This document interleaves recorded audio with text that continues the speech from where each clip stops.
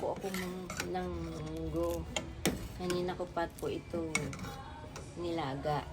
Na balat at ulo ng hipon ay pinirito ko.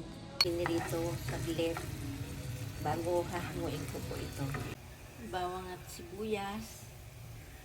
Sabaw ng dinikdik na balat at ulo ng hipon. Ito po kumukulo na. Kaya isasaling ko na siya dito sa minutes. Ito, sasaling ko.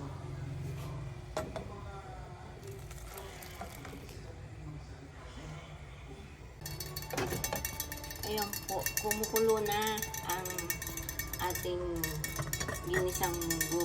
Mainit.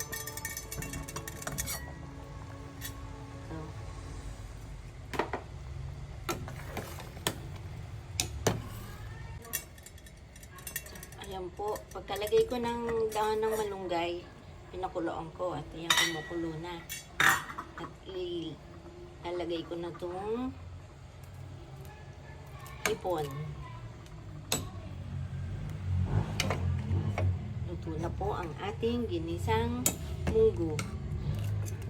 May hipon at dahon ng malunggay. Salamat na may hipon at dahon ng malunggay.